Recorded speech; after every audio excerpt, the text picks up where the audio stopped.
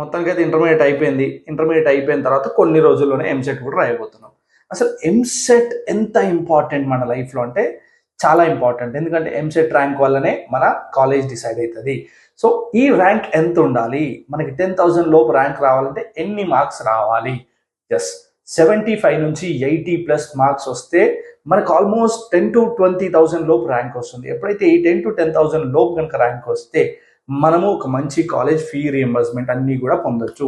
సరే, మ్యాథమెటిక్స్ ముఖ్యంగా ఎంపీసీ వాళ్ళకేమో మ్యాథమెటిక్స్లో 80 మార్క్స్ ఉంటాయి, ఫిజిక్స్ కెమిస్ట్రీలో 40 మార్క్స్ ఉంటాయి. మరి బైపీసీ వాళ్ళకేమో అన్నిట్లలో బాటనీలో, జువాలజీలో, ఫిజిక్స్ కెమిస్ట్రీలో 40 మార్క్స్ ఉంటాయి. సరే, దీంట్లో ఎలాంటి చాప్టర్స్ ప్రిపేర్ అవ్వాలి లాస్ట్ వీక్లో తెలుసుకోవాలనుందా?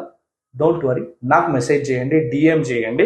ఖచ్చితంగా ప్రతి చాప్టర్లో ఏమేమి ఆన్సర్స్ వస్తాయి అనేది మాత్రం నేను మీకు మెసేజ్ చేస్తా. ఓకే, సో దానికన్నా ముందు ఫాలో చేయడం మాత్రం మర్చిపోకండి. Follow me